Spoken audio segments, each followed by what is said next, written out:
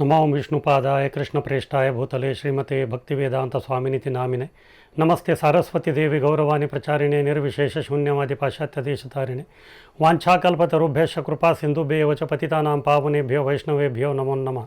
जय श्री कृष्ण चैतन्य प्रभु नित्यानंद श्री अद्वैत गदाधर श्रीवासदि गौर भक्तवृंद। हरे कृष्णा कृष्ण कृष्णा हरे हरे, हरे राम राम राम हरे हरे। हरे कृष्णा। तो सभी का स्वागत है ये हमारा ऑनलाइन तीर्थ यात्रा में। तो आज हम लोग जो है एक बहुत ही विशेष धाम के दर्शन करने वाले हैं। उधर जो है कई सारे तीर्थ है, उनका भी हम लोग दर्शन करेंगे। तो ये है द्वारका धाम। जैसे हम लोग जानते हैं कि भगवान जी जब इस धरातल पे आए अपना लीला करने के लिए, तो कुल 125 साल जो है वो इस धरातल पे थे और नाना प्रकार के लीला उन्होंने नाना प्रकार के जगहों में किया। लेकिन ये जो द्वारका नगरी है, इसमें जो है भगवान ने पूरे 100 साल तक थे, यानी कि 100 साल बहुत ही लंबा होता है। तो इसमें जो उन्होंने कई प्रकार के लीलाएँ किए। अब ये सब लीला क्या क्या उन्होंने किया ये तो हमको मालूम नहीं है, लेकिन कुछ जो लीलाएँ उन्होंने किया है और जो लीला स्थली है, जो तीर्थ स्थान है, उनके बारे में जो है थोड़ा हम लोग चर्चा करने का जो है केवल एक प्रयत्न जो हम लोग करेंगे। जैसे शास्त्र कहता है कि मोक्ष पाने के लिए जो है भारत में सप्तपुरी है। पहला है अयोध्या, दूसरा है मथुरा, तीसरा है हरिद्वार, चौथा है काशी, पांचवा है उज्जैन, छठा है कांची और उसके बाद है सातवां है हमारा द्वारकापुरी। क्योंकि इधर स्वयं कृष्ण जो है वह निवास करते, वही बसते हैं और मुक्ति के दाता वही है मुकुंद। तो इसीलिए जो है द्वारकापुरी भी जो है बहुत ही महत्वपूर्ण है। और यहाँ तक श्रीपाद शंकराचार्य जी ने भारत के 4 कोने में 4 धाम को जो है विशेष मानकर उन्होंने भारत में जो है 4 धाम यात्रा का उन्होंने आयोजन किया।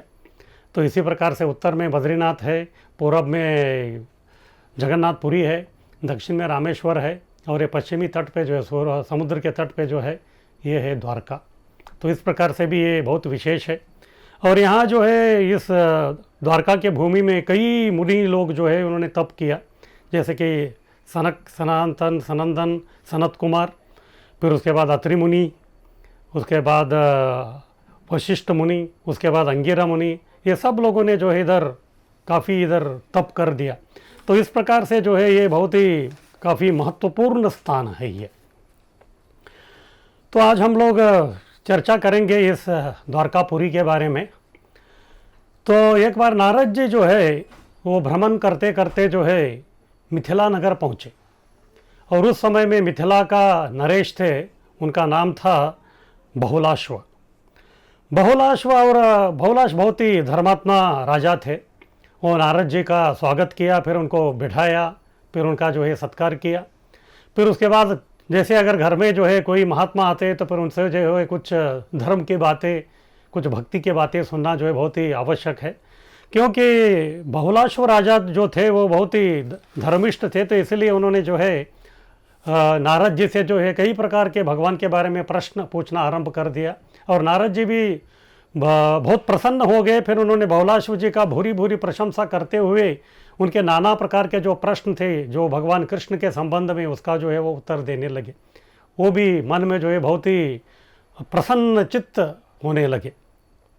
तो ऐसे ही चर्चा करते करते तो बहुलाश्व जी बोलते हैं कि हे नारद जी, ये भगवान कृष्ण जो है अपना जीवन का ज़्यादा समय उन्होंने द्वारकापुरी में बिताया, अतः मैं थोड़ा इस द्वारकापुरी के बारे में जो है थोड़ा जानना चाहता हूँ। सबसे पहला मुझे आप ये बताइए कि ये द्वारकापुरी जो है इस पृथ्वी पर आने का कारण क्या है, क्यों ये इधर आ गया। तो नारद जी जो है बहुत ही हर्षित हो गए। फिर बाद में वो राजा बहुलाश्व को कहते हैं कि मनु के पुत्र जो है वो शरियाती नामक एक बहुत राजा हुए सत्ययुग में, जो बहुत ही चक्रवर्ती सम्राट थे। उन्होंने 10,000 वर्षों तक जो है इस भूतल पर जो है धर्मपूर्वक राज्य किया। और उनके जो है 3 पुत्र हुए, जो समस्त धर्मज्ञ और पुरुषों में भी बहुत श्रेष्ठ थे वो लोग। सबसे बड़ा था, उनका नाम था उत्तानबर्ही, बीच वाला था मजला था, उनका नाम था अनर्थ, और तीसरा था भूरिसेन। तो राजा शरियाती ने जो है कई वर्षों तक जो है ये अपना राज्यभार उन्होंने सब संभाला। फिर उसके बाद उन्होंने सोचा कि अपना जो राज्य है अपने तीनों बच्चों में जो है वो बांट देने की इच्छा उन्होंने मन में ले लिया। फिर उसके बाद राजा शरियाती ने तीनों को बुलाया। उन्होंने उत्तर बर्ही को जो है पूर्व दिशा का सब राज्य सौंप दिया, भूरिशेन को उन्होंने दक्षिण दिशा को दे दिया और आनर्त को सारी पश्चिम दिशा का राज्य दे दिया। फिर पूर्व का जो है अपने पास रखा। फिर बाद में जो है अपने पुत्रों से वो बोलने लगे, ये जो सारी पृथ्वी है ये मेरी है और मैंने जो इसको धैर्यपूर्वक इसका मैंने पालन किया है और तथा बलिष्ठ होकर बलपूर्वक इसका जो है मैं अर्जन किया है, अतः तुम लोग भी इसका जो है पालन करो।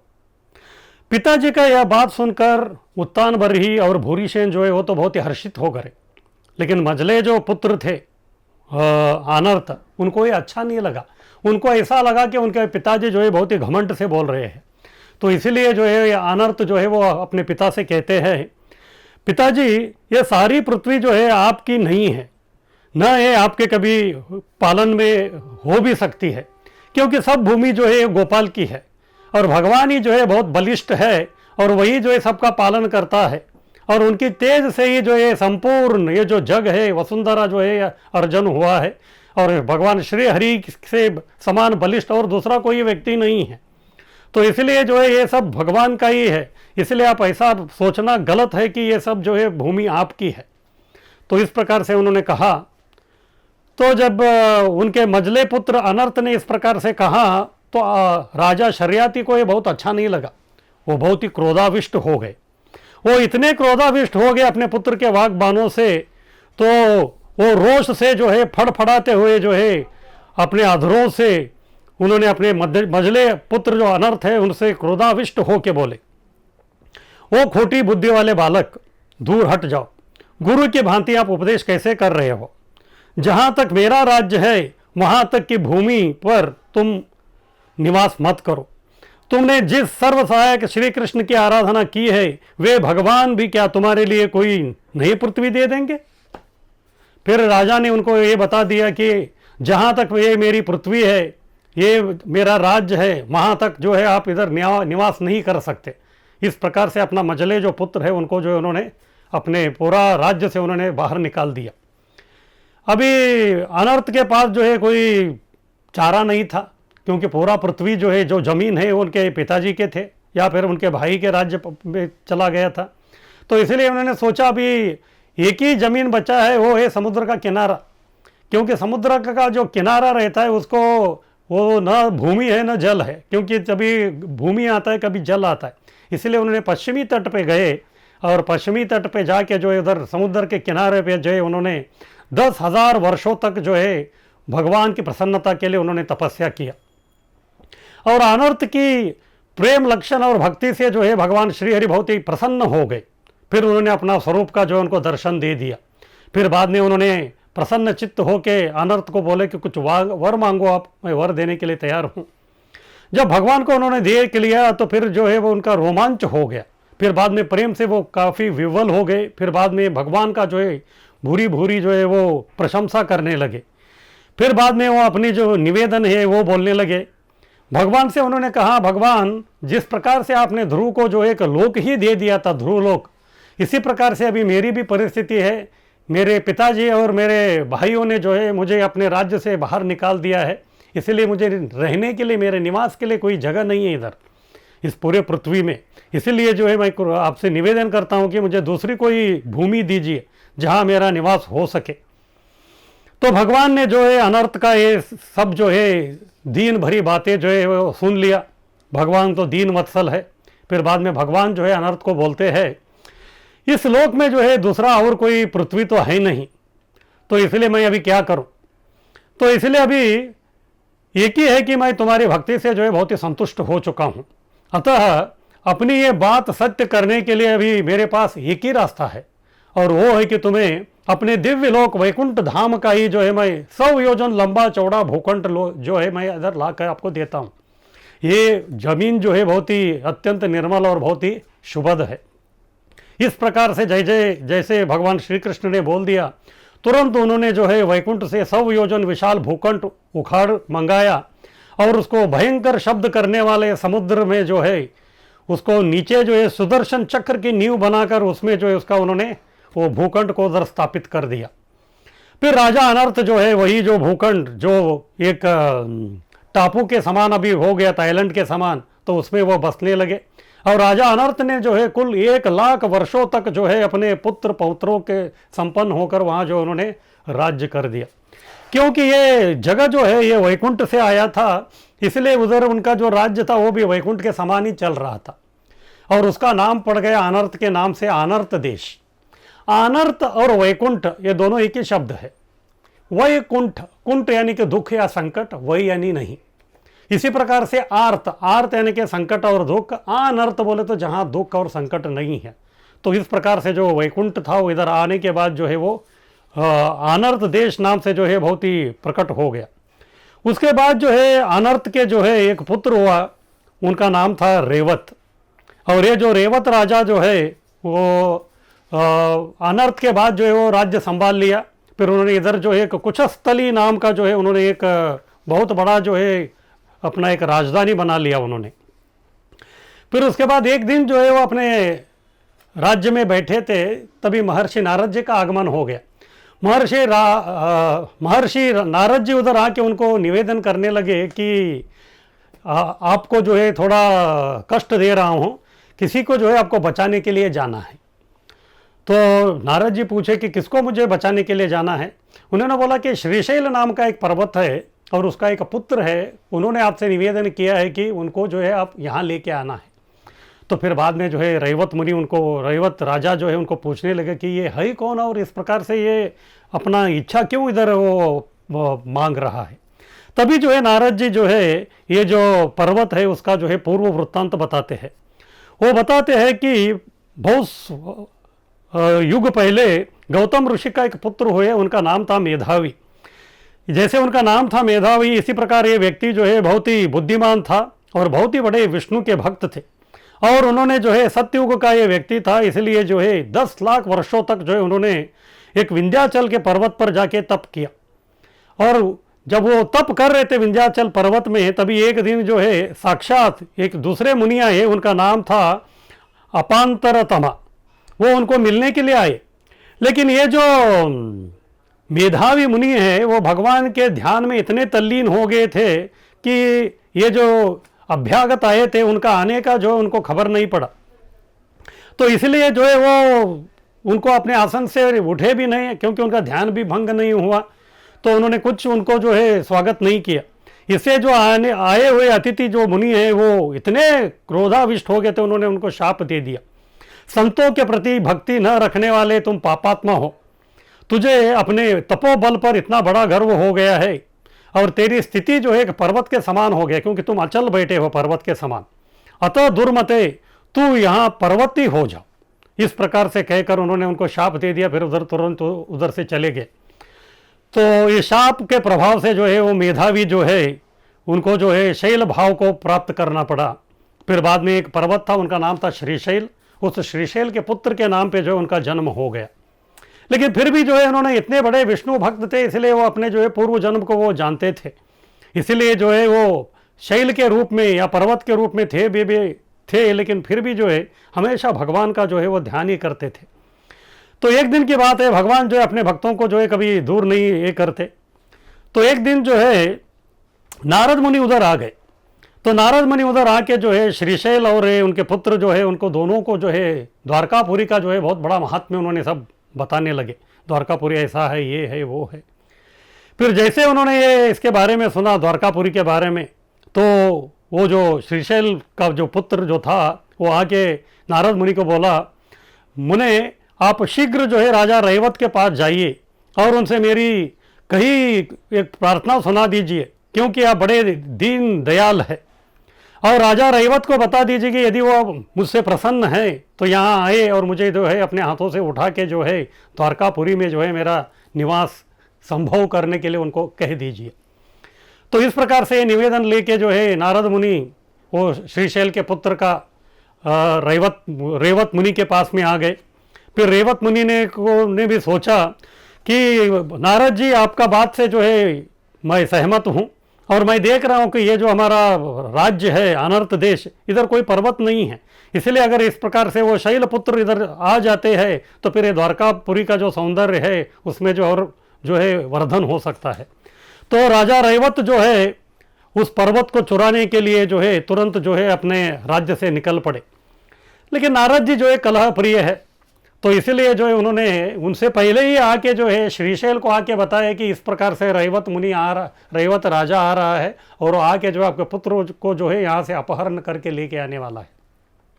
अभी श्रीशैल का एक ही पुत्र था, तो एक ही पुत्र के प्रति उनका जो है बहुत ही प्रेम था, वो अपने पुत्र को खोना नहीं चाहते थे। तो आके जो अपने पुत्र को ही डांटने लगे कि आप इस प्रकार से जो है इधर से जो विदेश जाने के लिए क्यों ये भाव रखते हो। अभी अपने पुत्र को भी बोल के कुछ वो नहीं कर सकते थे, तो इसलिए उन्होंने सोचा कि अभी दूसरे किसी का जो है ये रक्षण के लिए जो है मुझे सहायता मांगना पड़ेगा। तो तुरंत जो है वो चले गए सुमेरु पर्वत के पास और हिमवान पर्वत के पास। फिर बाद में उधर जाके जो है वो याचना करने लगे ये दोनों पर्वत राजों से, मुझे दैव ने जो है यही एक पुत्र दिया है और मेरे बहुत से पुत्र नहीं हैं, और उस एक को भी जो है यहाँ से हर के लेके जाने के लिए महाबली राजा रैवत इधर आने वाले हैं।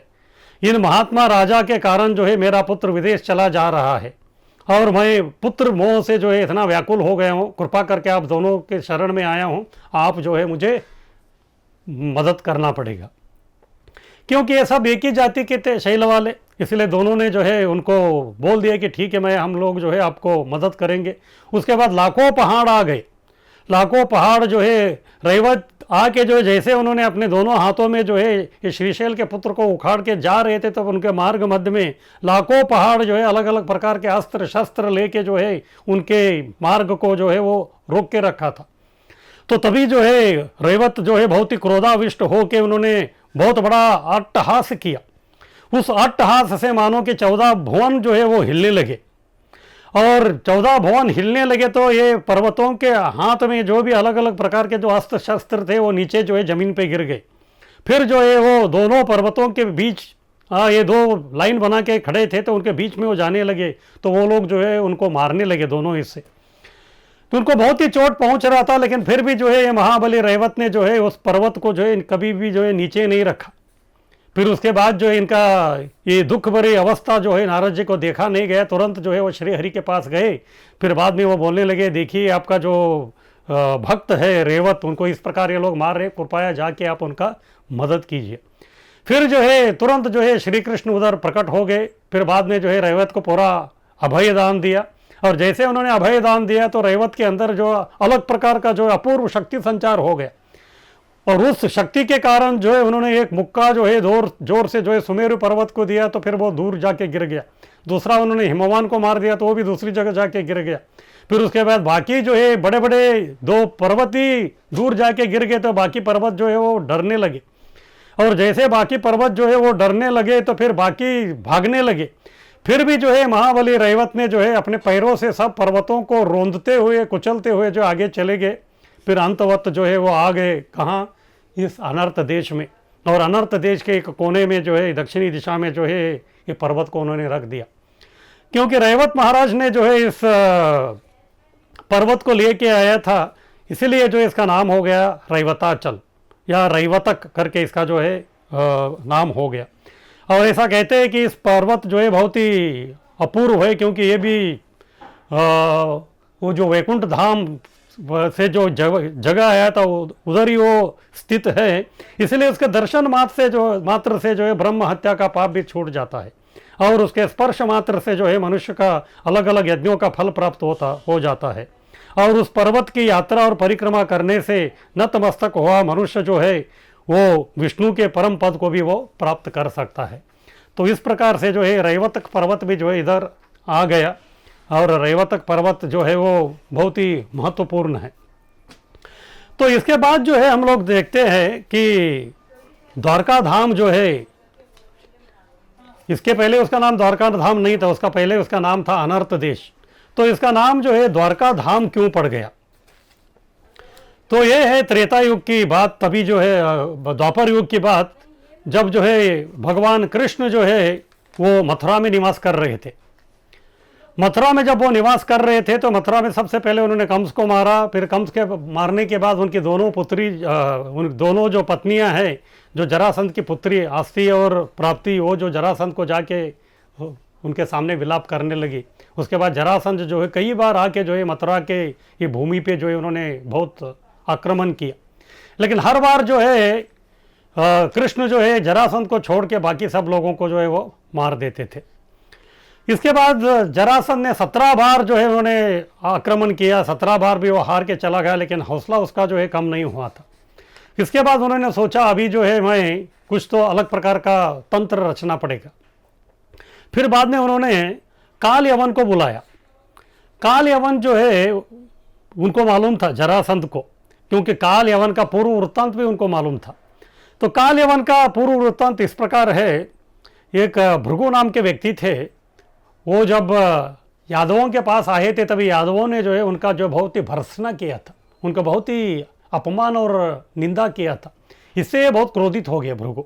फिर वो जाके जो है शिवजी का बहुत ही घनघोर तप किया, और जब शिवजी का घनघोर तप किया तो फिर शिवजी प्रसन्न होकर पूछे बताइए आपको क्या वर चाहिए।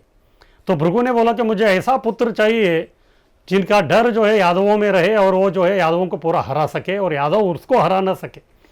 तो शिवजी ने तथास्तु बोल दिया। फिर बाद में ये जो भृगु है एक यवन कन्या के समागम करके एक पुत्र को प्राप्त कर लिया, और वही जो पुत्र था वो काल के स्वरूप में था, तो उसका नाम हो गया काल यवन। तो ये जरासंध को मालूम था, इसलिए उन्होंने जो है यादवों के ऊपर उस दूसरी तरफ से आक्रमण करने के लिए काल यवन को बुला लिया। फिर काल यवन को बोला कि अगर यदि आप इधर आ जाएंगे तो फिर ये जो है पूरा भूमि जो है आपका हो जाएगा। तो काल यवन को भी बहुत अच्छा लगा, वो भी उधर से आ गया। तो अभी जो है कृष्ण और बलराम बहुत संकट में थे, क्योंकि एक तरफ से जरासंध है और दूसरी तरफ से जो है काल यवन जो है दोनों आक्रमण कर रहे थे। कृष्ण ने भी सोचा ये जरासंध का जो है 17 बार जो है उसका देख देख के जो है वो तंग आ गए हैं, इसलिए उन्होंने सोचा कि चलो इस बार जो है नया खिलाड़ी आया है काल यवन, तो सबसे पहले उससे निपट लेते हैं। लेकिन कृष्ण को मालूम था कि उसके साथ जो है कोई यादव जो है आक्रमण नहीं कर सकता, क्योंकि उसको वरदान था। तो इसलिए उन्होंने सोचा, कृष्ण ने जिस प्रकार ने जरासंध ने हमको मारने के लिए दूसरा कोई व्यक्ति को लेके आया है, इसी प्रकार ये जो दूसरा व्यक्ति जो काल यवन है इसको भी मारने के लिए मैं और तीसरा व्यक्ति को जो है नियुक्त कर देता हूँ।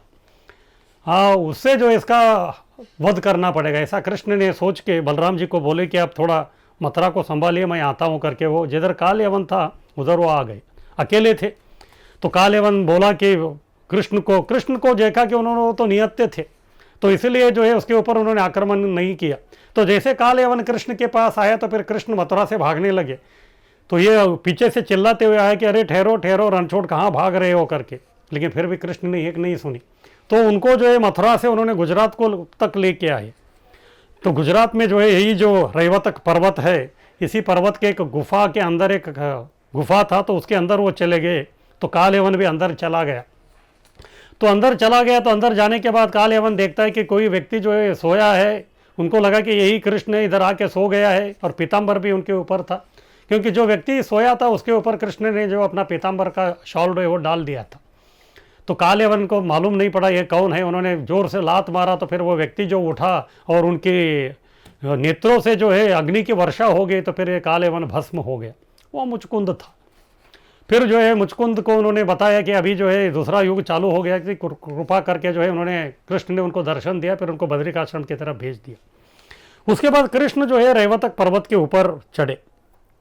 फिर बाद में उन्होंने जो है निहारा ये पूरा जगह को, जिसको पहले जो है अनार्त देश बोलते थे।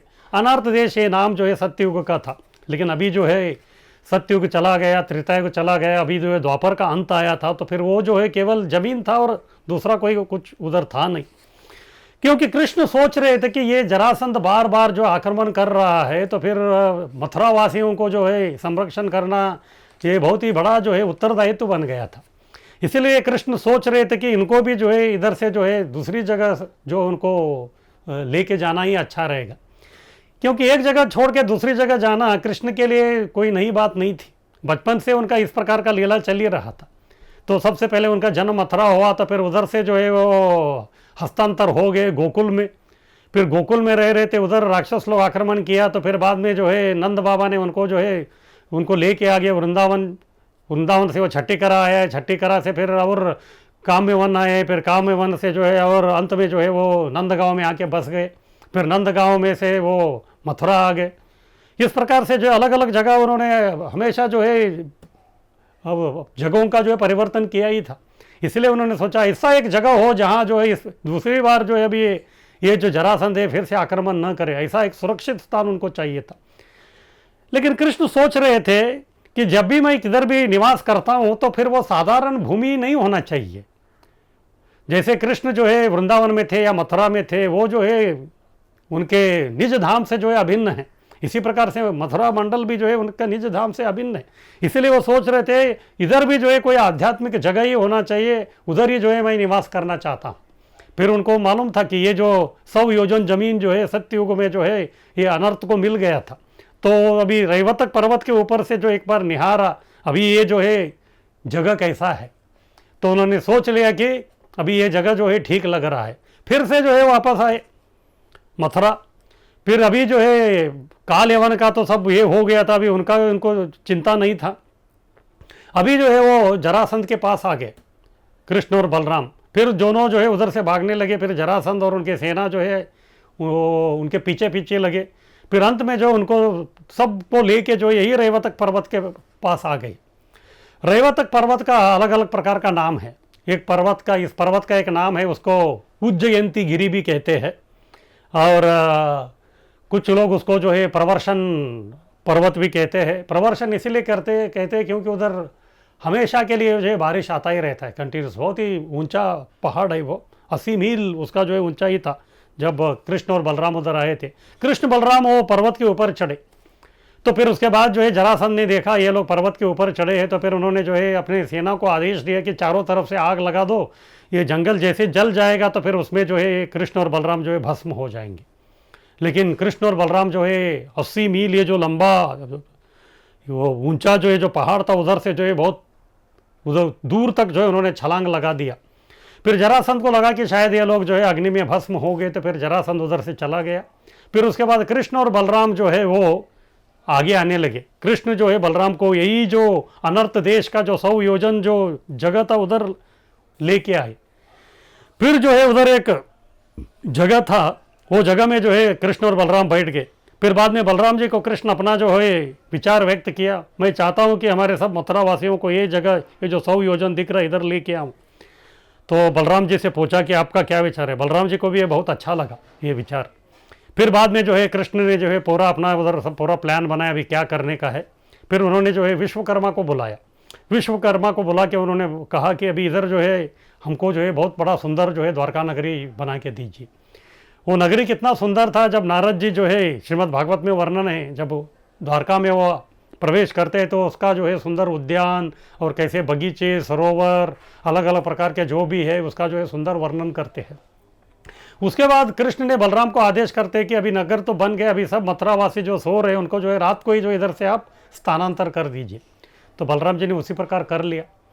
जिस जगह में कृष्ण और बलराम बैठे थे और उधर से कृष्ण ने जो है पूरा प्लान किया इसका, उस जगह का नाम है उसको बोलते हैं कि मूल द्वारका। ये जो मूल द्वारका है आज भी जो है ये जगह है, ये पोरबंदर से जो है कुछ 25 किलोमीटर दूरी पे है ये। इसका आज का नाम है विसावज।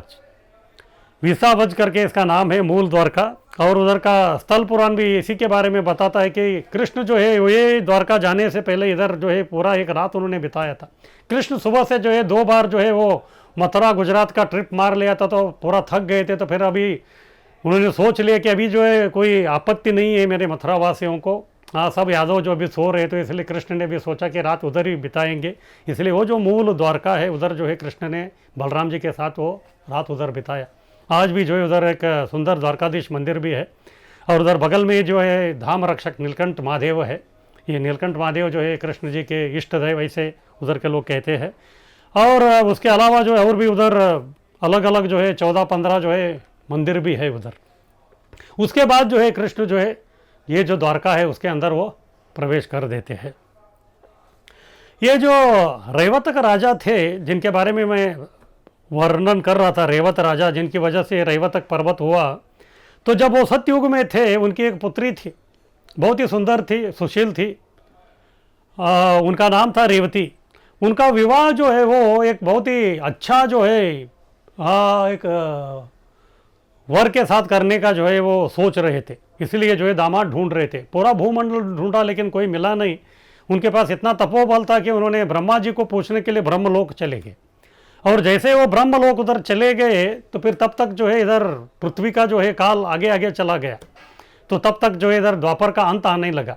फिर ब्रह्मा जी बोले कि अभी जो है तुम्हारे जितने भी सगे संबंधी है सब जो है वो चले गए, अभी आप ये काम कीजिए, अभी द्वापर के इस अंत में जो है इधर बलराम जी आए हैं, तो बलराम जी के साथ जो है आपकी पुत्री का जो है विवाह कर दीजिए।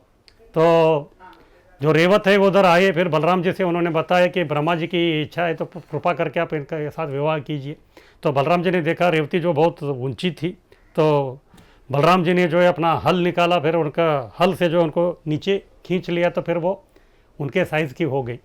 उसके बाद रेवत जो है वो चाहते थे कि उनका जो ज़मीन था उधर ही जो है विवाह हो जाए, लेकिन अभी उन्होंने देखा कि उनका जो ज़मीन था अभी जो है इधर पूरा जो है द्वारका नगरी बस गया था। अभी उनका कहने का केवल जो है रेवतक पर्वत ही था। तो इसीलिए उन्होंने बलराम जी से आग्रह किया कि आप दोनों का विवाह जो है मैं इधर रेवतक पर्वत में ही करना चाहता हूँ। तो उधर भी जो है रेवती बलराम जी का जो विवाह स्थली है उधर ही दोनों का जो है विवाह हो गया। फिर उसके बाद जो है कृष्ण और रुक्मिणी का भी विवाह हो गया। हाँ, तो कृष्ण और रुक्मिणी का विवाह जो एक जगह में हुआ, उसका नाम है प्राची। उधर जो है सुंदर माधवराव का मंदिर है। तो इस प्रकार से जो है बलराम जी का भी पहले विवाह हुआ, फिर उसके बाद जो है कृष्ण और रुक्मिणी का भी जो इधर विवाह हो गया। और ये जो द्वारका नगरी है या फिर ये द्वारका धाम है, ये 100 योजन लंबा है। ये 100 योजन लंबा है। तो एक तरफ आप देखेंगे तो ये रेवतक पर्वत यानी कि ये जो गिरनार पर्वत या फिर अभी का जूनागढ़ ये है। तो अभी का ये जो द्वारका है ये ऑलमोस्ट सेंटर तक लगता है। तो जितना ये डिस्टेंस है उतना ही जो है उत्तर की तरफ भी है। बोलो तो ऑलमोस्ट जो है ये पाकिस्तान के कराची तक तो रहेगा ये कम से कम। हाँ, तो इतना जो है पूरा 100 योजन तक जो है फैला हुआ था। और शास्त्र कहते हैं कि इधर जो है 16,108 तीर्थ थे, लेकिन अभी जो हम लोग है 16,108 तीर्थों का जो है हमको उसको देख भी नहीं पाते और उसके बारे में जो है ज़्यादा कुछ हमको मालूम भी नहीं है। लेकिन कुछ एक जो महत्वपूर्ण जो तीर्थ है उसका जो शास्त्र में उल्लेख भी है और आज भी जो है हम उसको देख सकते हैं, उनका जो है हम लोग थोड़ा चर्चा करेंगे। तो इधर जो है 3 प्रकार के ये द्वारका है। सबसे पहले मूल द्वारका, जहाँ कृष्ण ने जो है द्वारका नगरी का जो है पूरा प्लान बनाया और एक दिन उधर उन्होंने बिताया। उसके बाद दूसरा जो द्वारका है जो कृष्ण उधर रहते हैं, तो वो जो जगह है उसको बोलते हैं कि गोमती द्वारका, क्योंकि उधर जो है गोमती नदी बहती है। और ऐसा कहते हैं कि ये जो गोमती द्वारका है तो इधर ही जो है कृष्ण का जो है घर भी था। हाँ, उसको हरिग्रह कहते हैं। उसी जगह पे जो है अभी कृष्ण का जो है द्वारकाधीश मंदिर जो है वो बसा हुआ है। क्योंकि वो द्वारका डूबने से पहले जब कृष्ण उद्धव को कह रहे थे, उन्होंने बताया कि ये जब पानी ऊपर आ जाएगा तो इधर कुछ नहीं बचने वाला, केवल जो है मंदिर का ये जो स्थान है यही बचेगा और कलयुग में जो इधर मेरा एक मंदिर होगा, इतना ही उन्होंने कहा था। तो उतना ही बचा है। फिर उसके बाद जो है थोड़ा समुद्र के अंदर थोड़ा आगे आप ओखा मंडल में जाएंगे तो उधर और एक द्वारका, उसको बोलते हैं बेट द्वारका। तो वो बेट द्वारका जो है उसको ऐसा कहते हैं कि उधर जो है कृष्ण के जो रानियाँ थी 16,108, उनके जो है अलग अलग जो है महल जो है उधर रहते थे। तो इस प्रकार से जो ये 3 प्रकार के ये सब द्वारका है। तो ये जो बीच वाला द्वारका है इसका नाम है गोमती द्वारका। तो ये जो गोमती द्वारका है ये भी जो है बहुत ही विशेष प्रकार का ये है। तो सबसे पहले हम देखते हैं कि ये जो गोमती नदी है इसका क्या महत्व है। अभी भारत में हम देखते हैं कि 2 जगह में गोमती नदी है। एक गोमती नदी है वो नैमिषारण्य में भी है, लेकिन ये गोमती नदी वो नहीं है, ये अलग प्रकार का गोमती नदी है। तो इसका प्राकट्य के बारे में 2 प्रकार का वर्णन जो है शास्त्रों में मिलता है। तो एक है, कुछ लोग बोलते हैं कि वशिष्ठ मुनि जो है जब इधर इस जगह पे जो है जब वो तप कर रहे थे, तो क्योंकि इधर केवल समुंदर था तो कोई पानी का स्रोत नहीं था, इसलिए उन्होंने जो है तप करके जो है गंगा का एक धारा को लेके आए। तो तभी जो है गंगा का धारा इधर आ गए, तो फिर इसका नाम जो है उन्होंने गोमती गंगा ऐसा जो इन्होंने रखा था। और दूसरा इसके बारे में वर्णन मिलता है कि एक समय में जो है भक्त ये जो रेवत जो है भगवान का जो है भक्ति में जो है प्रेमानंद से आकुल होकर जो है वो श्रीहरि का जो है वो ध्यान लगा हुए थे। तभी श्रीहरि भी उधर आ गए। फिर उन्होंने देखा कि इनका भक्ति और इनका तल्लीनता देख के जो है श्रीहरि भी बहुत हर्षित हो गए। तो उनके नेत्रों से भी जो है कुछ अश्रुधारा बहने लगी और भगवान के नेत्र बिंदुओं से जो एक नेत्र अश्रुधारा वही एक महानदी के प्रकट रूप में प्रकट हो गया, वही गोमती बन गई। तो गोमती के महात्म के बारे में कहते हैं कि जिसके दर्शन मात्र से जो है ब्रह्म हत्या जैसे पातकों से छुटकारा मिल जाता है, और जो मनुष्य गोमती तट की पवित्र रज लेकर अपने सिर पर धारण करता है वह 100 जन्मों के लिए हुए पापों से जो है तत्काल मुक्त हो जाता है। और इसमें भी ऐसा भी कहते हैं कि अगर कोई व्यक्ति गोमती में जाता भी नहीं है, केवल गोमती गोमती करके शब्द उच्चारण करता है, तो उसको जो है पुण्य का जो है फल पूरा जो है वो प्राप्त हो जाता है। तो इस प्रकार से जो है गोमती नदी जो है इधर बहुत ही महत्वपूर्ण है। तो मध्वाचार्य जी कहते हैं गोमती में जब स्नान करते हैं तो फिर हमारा मति क्या होता है। तो वो बोलते हैं कि गो यानी कि पानी, यानी कि ये जो नदी का पानी है, इसमें जो व्यक्ति अपना सर डुबा के जो है स्नान करता है तो फिर उसका मति जो है बहुत ही शुद्ध हो जाता है। हाँ, और फिर उनको जो है भक्ति के लिए जो है वो उसका जो मन है वो जो है पूरा तैयार हो जाता है। इस प्रकार से जो है इस गोमती के बारे में जो है इधर कथा आती है। आगे और एक जगह है इस गोमती के अंदर, उसका नाम है चक्र तीर्थ। तो चक्र तीर्थ जो है ये भी बहुत ही महत्वपूर्ण जगह है इधर। जिस प्रकार से हम लोग देखते हैं कि गंडकी नदी जो है नेपाल में है, उधर भी जो है गंडकी में अलग अलग प्रकार के शिला दिखते हैं, उसके अंदर जो है उसके ऊपर जो है अलग अलग प्रकार के चक्र और का जो है वो चिन्ह जो है अंकित रहता है। इसी प्रकार से ये जो चक्र तीर्थ है गोमती नदी के इस पे, तो उधर भी जो है कुछ अलग प्रकार के शिला दिखते हैं। तो उसमें जो है ये उसके ऊपर भी जो है ये सुदर्शन चक्र जो है उसका चिन्ह जो है वो अंकित है। तो कोई पूछ सकता है कि इस प्रकार से जो है चक्र तीर्थ इधर क्यों आ गया, क्योंकि ये चक्र तीर्थ के तट पे भी जो है चक्र तीर्थ नारायण या चक्र नारायण या समुद्र नारायण का ये भी है, मंदिर भी है। तो इसका वृत्तांत जो है पुराणों में कहा गया है। तो एक समय की बात है कि अलकापुरी में जो है उसके स्वामी जो धर्मात्मा कुबेर जी थे, उन्होंने एक भगवान विष्णु के प्रति जो है एक यज्ञ करने का उन्होंने सोच लिया। तो उन्होंने कैलाश के उत्तरी तट पे जो है उधर जो है वैष्णव यज्ञ करना जो है उन्होंने आरंभ कर दिया। और उस यज्ञ में जो है बहुत बड़े बड़े लोग आए थे। स्वयं भगवान विष्णु जो है अपने धाम से जो है उतर के उधर आए थे उस यज्ञ में, उस वैष्णव यज्ञ में। उसके बाद ब्रह्मा जी, शिव जी, उसके बाद इंद्र, उसके बाद वरुण, वायु, यम, सूर्य, सोम, ये पृथ्वी, गंधर्व, अप्सरा, सिद्ध सब लोग जो है उधर पधारे थे। और इतना बड़ा जो है ये यज्ञ हो रहा था, फिर उसका आयोजन का भी जो है बहुत अच्छी तरह आयोजन हुआ था। इस समस्त देवर्षि और ब्रह्मर्षि ये सब जो आए थे, तो उधर कुबेर का जो पुत्र था नलकुवर, वो उधर का जो है धनाध्यक्ष बनाया गया था। जो भी धन का आवश्यकता था वो सब जो है उसका आपूर्ति करता था। फिर यज्ञ की जो है रक्षा करने का जिम्मेदारी था जो वो वीरभद्र को सौंपा गया था।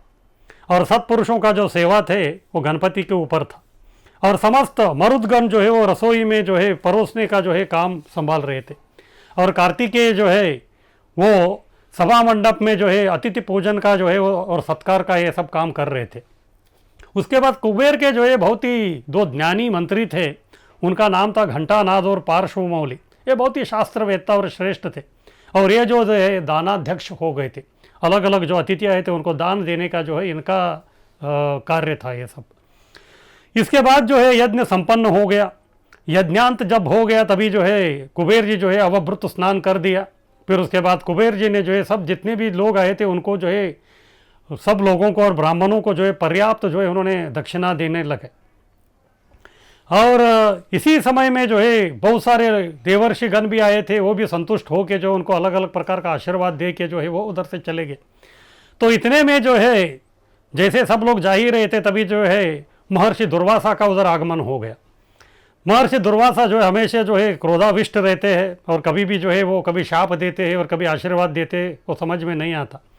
तो जैसे वो आ गए तो फिर कुबेर जी जो है साक्षात उधर आ गए, फिर उनका जो है उन्होंने उन्हें स्वागत कर दिया, उनको पद्य दिया, अर्घ्य दिया, फिर बाद में उनके चरणों में प्रणाम दे कर दिया। फिर उसके बाद जो है दुर्वासा मुनि जो है वही कुबेर जी से बात करने लगे। कुबेर जी से उन्होंने कहा कि देखिए, आपको तो मालूम है, अगर आप मुझे जो है खुश रखेंगे तो फिर आपको जो है बहुत वर मिलेगा, अगर आप मुझे जो है क्रोधाविष्ट करेंगे तो फिर आपको जो है शाप मिलेगा। फिर कुबेर जी ने उनको बताया कि आपके पदार्पण से जो है मेरा ये जन्म सफल हो गया और मेरा भवन जो है बहुत सार्थक हो गया, मेरा यज्ञ भी सफल हो गया। इस प्रकार उनका जो है वो गुणगान कर रहे थे। तो तभी जो है वो दुर्वासा मुनि जो है इनको कहते हैं उनका आगमन का जो है कारण क्या था। वो बताते हैं कि मुझे मालूम है तुम जो है विष्णु को संतुष्ट करने के लिए वैष्णव यज्ञ का अनुष्ठान करके जो है इसका सफलतापूर्वक जो इसका संपन्न कर दिया है, और मुझे ये भी मालूम है कि आप बहुत ही दान शिरोमणि हो। तो इसीलिए जो अगर आप मेरे भयंकर शाप से जो अगर आप बचना चाहते हैं तो मुझे जो है आपके पास जो है त्रिलोक के जो सारी जो नवनिधियाँ हैं वो मुझे चाहिए, वो मुझे जो आप दे दीजिए। तो कुबेर जी जो है आगे पीछे नहीं देखा, उन्होंने तुरंत जो अपना दान का जो विभाग संभाल रहे थे ये दोनों मंत्री घंटानाद और पार्श्वमौली दोनों को बुलाया। फिर बाद में उनको आदेश दे दिए कि इनको जो है हमारे इसमें जो नवनिधि है वो सबको जो है ला के जो है दुर्वासा मुनि को दे दीजिए। ऐसे बोल के वो चले गए। लेकिन ये जो घंटानाद और ये जो पार्श्वमौली थे उनके मन में जो है एक अलग प्रकार का दुर्बुद्धि आ गया। वो सोचने लगे कि ये दुर्वासा जी जो है किधर रहते भी नहीं हैं, दुर्वास एक जगह में रहने वाले नहीं हैं, इतना जो है निधि लेके ये क्या करेंगे। तो इसलिए हम क्या करते हैं कि ये निधि जो है हम यहाँ रख लेते हैं और इनको जो है 1 लाख जो है मुद्राएं दे देते हैं सुवर्ण का, फिर बाद में जो है ये वो लेके चले जाएंगे करके। तो फिर आके जो है उन्होंने उसी प्रकार का अपना जो विचार था वो उनके सामने जो है वो प्रकट करने लगे। तो इससे जो है वो मुनि जो है बहुत ही क्रोधाविष्ट हो गए। फिर बाद में वो बोलने लगे शाप देते हुए, हे महादुष्ट घंटानाद, तेरी बुद्धि जो है पाप में ही लगी रहने वाली है और तू अत्यंत जो है वो तुम लोभी हो गए हो और ग्राह की भांति जो है धनग्राही हो गए हो। इसलिए जो है महाखल तुम जो है ग्राह बन जाओ, यानी कि तुम जो है एक मगरमच्छ बन जाओ। और पापपूर्ण विचार रखने वाले पार्श्वमौली, तू भी जो है धन के लोभ में जो है मदांध हो गए हो, इसलिए तुम जो है हाथी की तरह जो है तुम भी मदांध हो जाओ। इस प्रकार से जो है दोनों को उन्होंने शाप दिया। फिर उसके बाद ये शाप को सुन के जो कुबेर जी उधर आए। कुबेर जी आके जो है वो निधि तुरंत वो लेके आए, फिर बाद में दुर्वासा को दे दिया। उन्होंने बोला कि क्षमा करना, ये लोगों ने कुछ तो गड़बड़ कर दिया, इसमें मेरा कोई जो है इस प्रकार का दुर्विचार नहीं है। तो दुर्वासा जी उनका जो है दानशीलता देख के प्रसन्न हो गए। फिर उनको उन्होंने आशीर्वाद दिया, आपने मुझे जो है ये नवनिधि दिया है, आपके पास जो इसी प्रकार के निधि जो है और अनगिनत हो करके उनको आशीर्वाद दे के वो उधर से चले गए। अभी इधर जो है यज्ञ संपन्न होने के बाद सब लोग जो है बहुत ही सुखी थे और हर्ष और आनंद में थे, लेकिन केवल ये 2 लोगों को छोड़ के घंटानाद और ये जो पार्श्वमौली है। तो तभी जो है भगवान विष्णु ही स्वयं उधर थे, तो ये दोनों भगवान विष्णु के पास जाके जो है गिड़गिड़ाने लगे।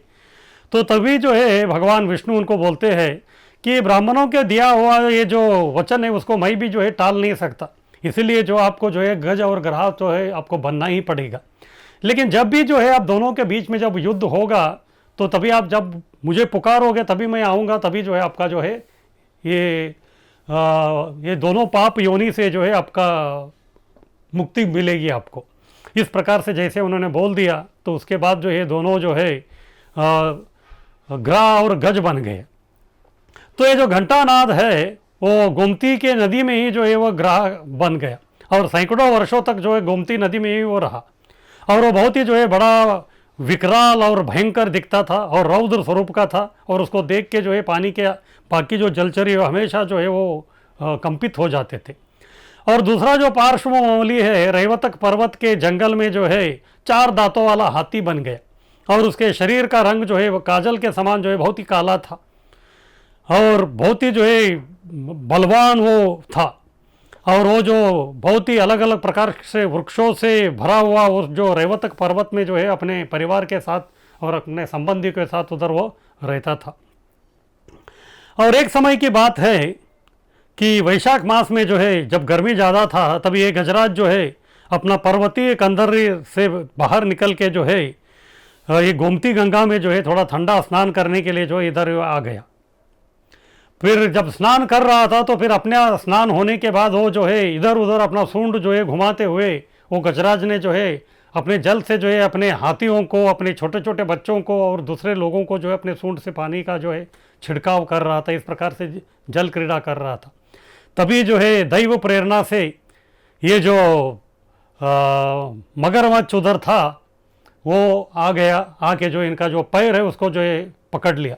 तो तभी जो है गजराज को जो है बहुत ही संकट होने लगा, आर्तनाद होने लगा। फिर दोनों में जो है बहुत ही खींचातानी होने लगा इस प्रकार से।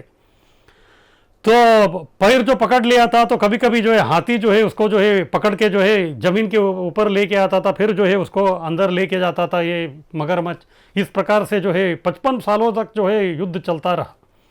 फिर अंत में ये जो गजराज था उसका शक्तिहीन होने लगा, तो उसको जो है तुरंत जो है विष्णु की याद आ गई।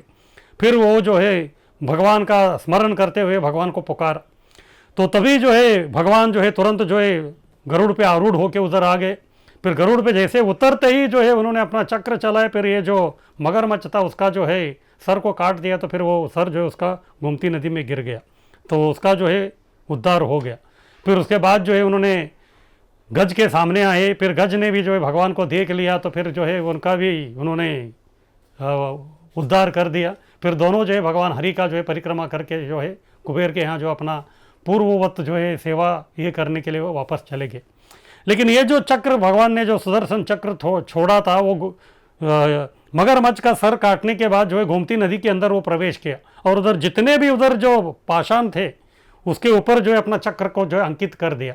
और इतना ही नहीं, ये जो चक्र का जो सेंटर पॉइंट रहता है नेमी, उसके इस पे जो है उधर ही वो घूमने लगा। इससे जो इधर एक चक्र तीर्थ बन गया। इस प्रकार से जो है आज भी जो है उधर वो चक्र तीर्थ है, और उसी के स्मरण में जो है उधर चक्र नारायण का मंदिर है। और उधर ये जो शिलाएँ जो मिलती है इसको द्वारका शिला बोलते हैं। और कई जो लोग हैं इसको जो है अपने अपने घरों में जो है जैसे शालिग्राम शिला का पूजा करते हैं, उसी प्रकार से इसका भी जो है पूजा जो है वो सब करते हैं। और जैसे मैं ये बेट द्वारका के बारे में बोल रहा था, कुछ लोग बोलते हैं कि ये बेट द्वारका जो है शंकोद्धार तीर्थ है। जब कृष्ण को जो है यादवों का जो है लीला संपन्न करना था, तो तभी जो है उन्होंने यादवों को जो है अलग अलग दो जगह में उन्होंने भेज दिया, क्योंकि तभी जो है द्वारका में अलग अलग प्रकार के जो है बुरे जो है चिन्ह जो है दिखाई दे रहे थे। तो उन्होंने बलशाली जो सब यादव थे उनको जो है उन्होंने रेवतक पर्वत के पास भेज दिया दूसरी जगह में, और बाकी जो स्त्री बच्चे ये सब जो थे उनको जो एक जगह भेज दिया, उसका नाम था शंकोद्धार तीर्थ। तो ये शंकोद्धार तीर्थ क्या है इसके बारे में भी जो है शास्त्र में जो है उल्लेख आता है। तो एक समय में जो एक कृष्ण के भक्त थे, वो बहुत ही शांत चित्त थे, महामुनि थे, उनका नाम था त्रित। वो तीर्थ यात्रा कर रहे थे। वो तीर्थ यात्रा करते करते जो है इस अनर्थ देश में वो आ गए, और वहाँ जो एक सुंदर सरोवर में उन्होंने देखा। फिर उन्होंने जो उधर स्नान करके जो है श्री हरि का पूजा करने लगे, और पूजा संपन्न होने के बाद जो है उन्होंने बहुत ही सुंदर लक्षणों से युक्त जो एक महाशंख को उन्होंने बजा दिया। उनके एक शिष्य था, उनका नाम था कक्षीवान। जैसे उन्होंने ये शंख को देखा तो शंख के प्रति जो है अति लोभी हो गया है, और शंख को चुरा लिया उन्होंने। और जैसे ही उनके गुरु महाराज को मालूम हो गया कि उनके शिष्य जो है उन्होंने इसको चुरा लिया है, तो फिर वो बहुत ही कुपित हो गए। फिर वो बोलने लगे, तू मेरा शंख ले गया है, इसीलिए जो है मैं तुमको शाप देता हूँ कि तुम इधर ही जो है शंख बन जाओ। फिर वो जो कक्षीवान था उनका शिष्य, वो तत्काल जो है शाप से पीड़ित होकर शंख हो गया। लेकिन गुरु के चरणों में वो गिरकर बोलने लगा, मेरी रक्षा कीजिए, कुछ तो बताइए। फिर तभी जो बोलने लगे कि तुम्हारा दुर्बुद्धि के कारण जो इस प्रकार का तुम्हारा ये हो गया है, तुम इधर ही रहो और कृष्ण का जो है हमेशा चिंतन करते रहो, फिर बाद में जो है एक दिन जो है तुम्हारा इधर उद्धार हो जाएगा। फिर जो है हमेशा जो है कृष्ण का नाम जपते हुए जो है वो शंख के रूप में जो है उधर ही था। फिर उसके बाद जो एक समय में जो है कृष्ण उधर आ गए, और कृष्ण आके जो है उनको दर्शन दे दिया। फिर तभी जो है कृष्ण का दर्शन करते ही जो है कक्षीवान का जो है शंख रूप से जो है वो उद्धार हो गया। फिर कक्षीवान जो है भगवान का जो है भूरी भूरी जो है वो प्रशंसा करने लगे, आप ये है वो है। फिर उसके बाद जो है वो व्यक्ति का उधर शंख से जो रूप से उसका उद्धार हुआ था, इसलिए वो तीर्थ का नाम हो गया शंकोद्धार तीर्थ। उसके बाद जो है वो शंख जो है वहाँ से सीधे जो है वैकुंठ धाम के लिए जो है उसको भेज दिया गया। तो इस प्रकार से शंखोद्धार तीर्थ है। लेकिन कुछ लोग बोलते हैं कि ये जगह में जो है बहुत सारे शंख मिलते हैं, तो इसीलिए जो है इसका नाम भी शंखोद्धार तीर्थ है। दोनों भी जो है ये हो सकता है। तो अभी ये जो द्वारका का ये जो धाम है ये बहुत लंबा है, 100 योजन है। तो रैवतक पर्वत के पास में ये जो जगह है उसका नाम है प्रभास। ये प्रभास वो जगह है, उधर जो है चंद्र को जो है शाप मिला था दक्ष प्रजापति के कारण, क्योंकि दक्ष प्रजापति के 27 कन्याओं के साथ जो है चंद्र का जो है विवाह हो गया था। लेकिन वो हमेशा जो है रोहिणी के प्रति जो है बहुत ही प्रेममयी था, इसलिए बाकी 26 लोगों को अच्छा नहीं लगा। वो जाके अपने पिता जो है दक्ष को जो है इसके बारे में बताया, तो फिर उन्होंने चंद्र को जो है शाप दे दिया कि उनको जो है राज यक्ष्मा रोग लगे। राज यक्ष्मा बोले तो धीरे धीरे जो व्यक्ति जो है वो व्यक्ति का जो आकार है वो कम होते जाता है, एक प्रकार का क्षय रोग है ये। फिर बाद में जो है उन्होंने क्षमा मांग लिया, तो फिर उनको बताया गया कि उनको जो है इसी प्रभास क्षेत्र में आके जो है तप करना पड़ेगा। तो इधर आके जो उन्होंने तप किया तो फिर उनका प्रभा जो है फिर से जो है उनका जो कांति था वो फिर से आ गया। हाँ, तो जो चंद्रमा जो है अमावास की तरह हुआ था, फिर वो जो है पौर्णिमा की तरह हो गया। तो इसीलिए जो इस जगह का नाम है ये प्रभास करके। तो इसका भी जो है बहुत ही महत्व है। तो इसके महात्म्य के बारे में ऐसे कहते हैं कि जब गोदावरी के कुंभ मेला में जो स्नान करता है, या हरिद्वार के कुंभ मेला में जो स्नान करता है, या कुरुक्षेत्र में सूर्य ग्रहण के टाइम पे या चंद्र ग्रहण के टाइम पे जो स्नान करता है, उससे भी बढ़कर जो है इधर जो है स्नान करने का जो है फल जो है वो प्राप्त होता है। और यही जो प्रभास क्षेत्र है उधर ही जो है एक बहुत ही एक सुंदर नदी बहती है, उसका नाम है सरस्वती नदी। और इस सरस्वती नदी में जो है जो व्यक्ति जो है वो स्नान करता है, वो भी जो है अगर पापी मनुष्य भी वो क्यों ना हो, वो भी जो है बहुत बड़ा पुण्यात्मा बन जाता है, ऐसा जो है कहा गया है। और यही सरस्वती नदी के तट पर जी एक बहुत ही पीपल का वृक्ष है, उसको बोधि पीपल बोलते हैं। जिस प्रकार से पीपल के पेड़ के नीचे कुरुक्षेत्र में के पे जो है कृष्ण ने जो है अर्जुन को जो है गीता सुनाई थी, ये बोधि पीपल के वृक्ष के नीचे जो कृष्ण ने उद्धव को उद्धव गीता सुनाया था। तो इसलिए इसका भी जो है बहुत ही बड़ा महात्म्य है, क्योंकि इधर जो है भागवत धर्म का जो है कृष्ण ने उद्धव को इधर सब संदेश सुनाया था। तो इसलिए इधर जो है इस बोधि पीपल का जो भी व्यक्ति विधिवत पूजा करके इसका स्पर्श करता है, और इधर जो है भागवत पुराण को जो व्यक्ति सुनता है, तो वो व्यक्ति जो है विष्णु का परम पद को जो है वो प्राप्त कर सकता है। इस प्रकार से जो है इसका भी महिमा इधर बताया गया है। और जैसे मैं बोल रहा था कि इधर जो गोमती नदी है बहुत लंबा नहीं है, बहुत छोटा ही है, कुछ दूरी पे उसका जो है उगम होता है। फिर बाद में वो जो है द्वारका नगरी के पास आके जो उधर ही जो है नदी में संगम हो जाता है। तो जहाँ गोमती और सागर का जो संगम है वो बहुत ही क्षेत्र, बहुत ही महत्वपूर्ण जो है वो धाम ऐसा जो है वो माना जाता है उधर। तो इसके महात्म्य के बारे में जो गोमती और गंगा का, गोमती और समुद्र का जो संगम है उसके बारे में भी जो है एक कथा आती है। तो पूर्व काल में जो हस्तिनापुर में जो है एक व्यक्ति था, एक वैश्य था, उसका नाम था राजमार्गपति। ये महान गौरवशाली तथा कुबेर के समान जो बहुत ही संपत्ति वाला व्यक्ति था, लेकिन ये जो है कुसंग में पड़ा था। हमेशा जो है वेश्या का संग करता था, और धूर्त और लंपटों के साथ जो है हमेशा इसकी जो है संगति थी, और जुआ अधिक खेलता रहता था। इस प्रकार से जो है बहुत ही कुकर्म करने लगा, और कुकर्म करने लगा। ब्राह्मणों को और पितरों को, देवताओं को जो है कभी भी कुछ जो धन का उन्होंने दान नहीं दिया, और यहाँ तक अपने माता पिता को भी उन्होंने सब ठुकरा दिया। यहाँ तक अपनी जो पत्नी थी उसको भी जो है घर से उन्होंने भगा दिया। ऐसा करके जो है वेश्याओं को ही अपने घर में ला के रख दिया, और ये वेश्या जो है वो भी जो है उनके धन वगैरह सब लेके जो है वो उधर से भाग गए। उसके बाद ये जो व्यक्ति है वो चोरी करने लगा, और इसका चोरी के बारे में जो है उधर के जो राजा थे हस्तिनापुर के, उनका नाम था शंतनु, तो उनको जाके फिरियाद करने लगे लोग। फिर बाद में उनको जो है देश से निकाल जाने का जो है राजा ने आदेश दे दिया। और जब वो देश से निकाल कर वन में भटक रहे थे तभी जो है उधर अकाल पड़ा था, तो फिर खाने पीने के लिए भी कुछ नहीं था, बहुत ही पीड़ित हो गया था। पीड़ित होने के बाद उसने सोचा कि अभी इधर कुछ है ही नहीं, किधर तो कुछ मिलेगा करके वो पश्चिमी दिशा की ओर आगे बढ़ने लगा। ऐसे चलते चलते जब वो बहुत ही थक गया तो फिर एक जगह बैठा था, तो तभी एक सिंह आके जो है अपने पंजे से इसको मार के इनको ख़त्म कर दिया। और जैसे ये मर गया, क्योंकि बहुत ही पापात्मा था, तो फिर यमदूत जो है उसको आके जो है यमपाश से बांध के जो है उसको लेके जाने लगे। लेकिन इसका शरीर उधर ही पड़ा था, उसका जो अभी तक अंतिम संस्कार कुछ हुआ नहीं था।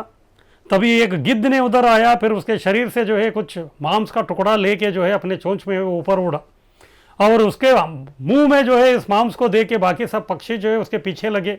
तो फिर ये जो है बहुत आगे आगे पश्चिम की ओर चलने लगा। फिर जैसे ये समुद्र के किनारे पे आया, तभी जो है दूसरा गिद्ध ने इसको देखा, तो फिर इसके ऊपर आक्रमण करने लगा।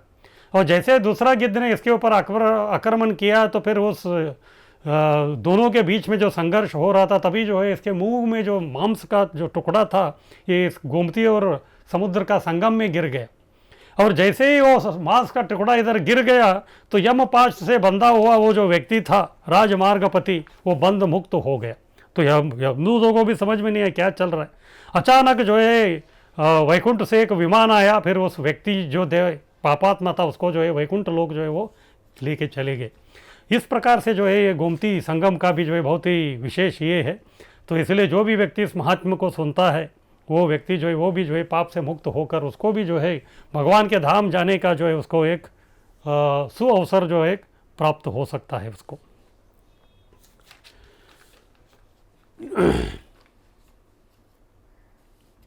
इसके बाद जो इधर और भी कई सारे जो है तीर्थ है, तो उसके बारे में जो है अभी हम लोग थोड़ा चर्चा करेंगे।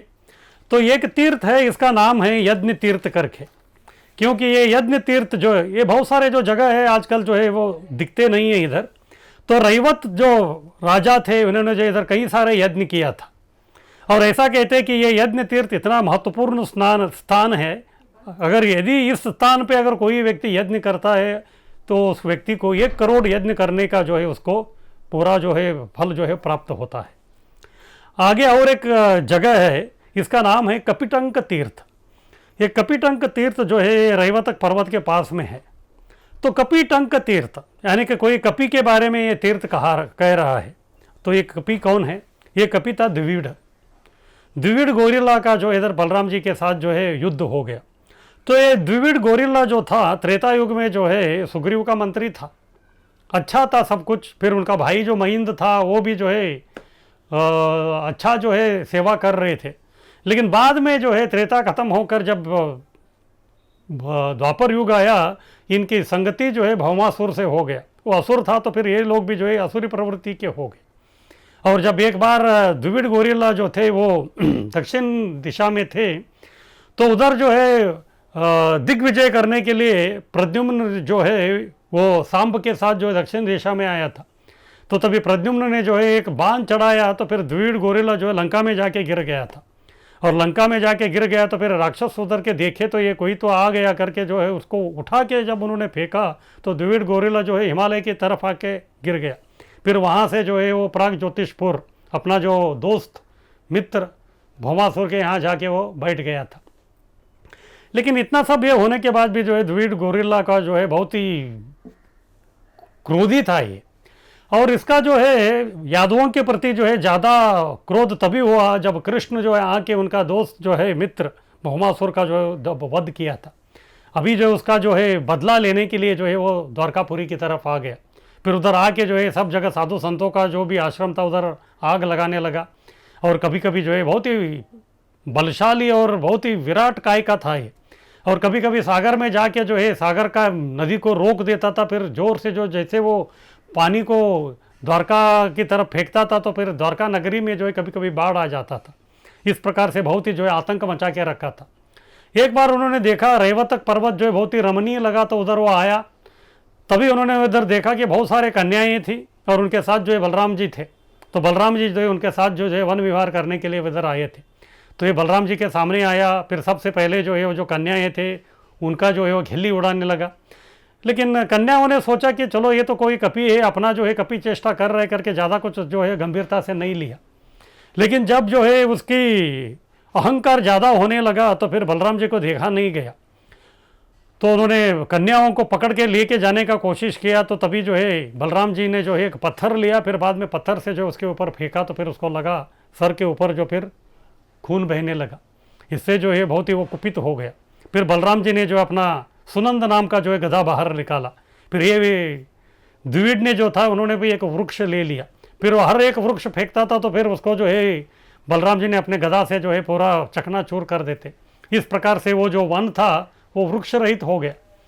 फिर द्विविड़ को जो है कोई वृक्ष नहीं मिल रहा था, तो तभी जो उन्होंने उधर जो भी पत्थर था वो पत्थर लेके जो है युद्ध करना आरंभ किया।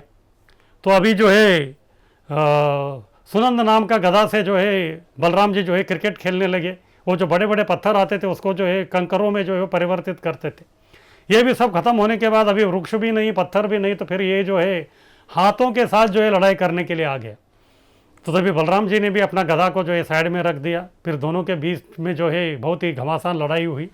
फिर अंत में जो है उसके गर्दन के नीचे जो है बलराम जी ने एक बहुत बड़ा आघात किया, तो फिर तभी जो उसका प्राण बाहर निकल गया। तो इस प्रकार से इधर जो है कपि का टंक किया, यानी कि कपि को जो इधर मार दिया, वध किया। तो इस प्रकार से जो है कपि टंक तीर्थ ये है। उसके बाद और एक तीर्थ है, उसको बोलते हैं कलविंक तीर्थ। यह कलविंक तीर्थ जो है इतना महत्वपूर्ण है कि कोई व्यक्ति इसका दर्शन करता है या यहाँ यात्रा के लिए आता है तो उसको ऐसा कहते हैं कि इधर कोटि कोटि गोदान का फल होता है। क्योंकि जब कृष्ण और बलराम भी इधर आए थे तो तभी उन्होंने इधर जो है गोदान किया था। तो आगे और एक जगह है, उसका नाम है नृगकूप। कूप यानी कि कुआं, और नृग जो है एक व्यक्ति का नाम है। तो इनकी जो कथा है वो श्रीमद् भागवत के पुराण में आता है।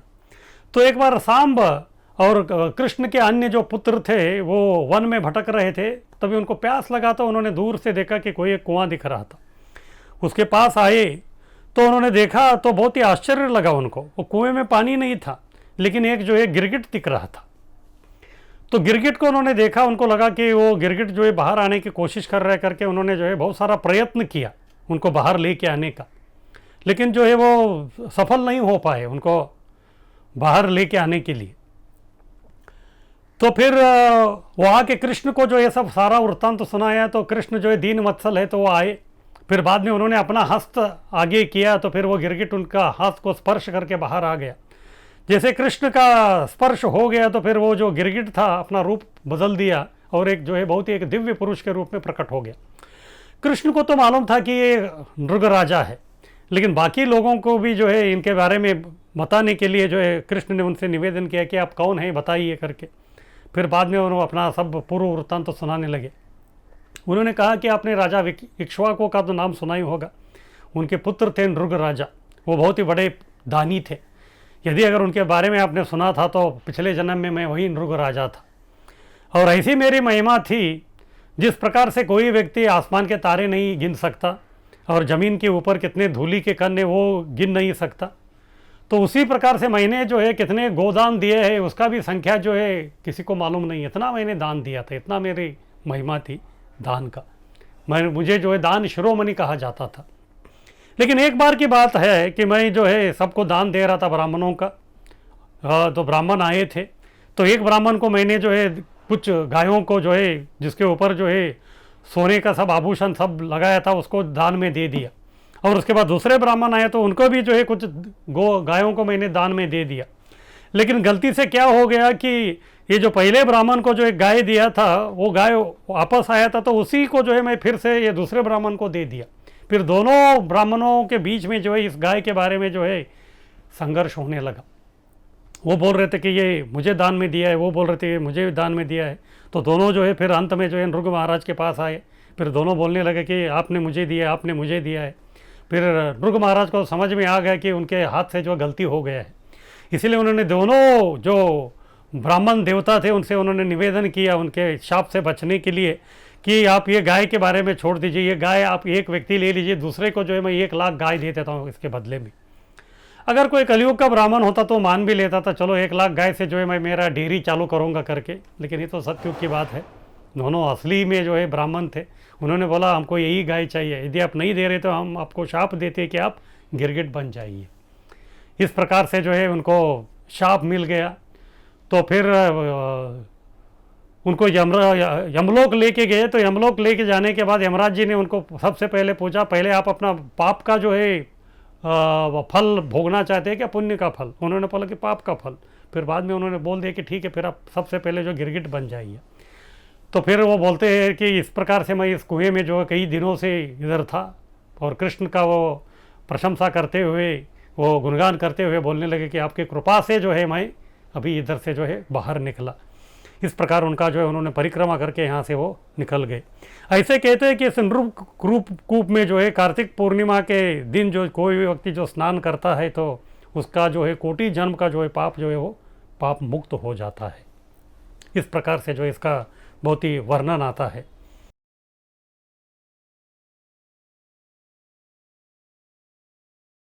RG Media YouTube channel. Like, share, subscribe.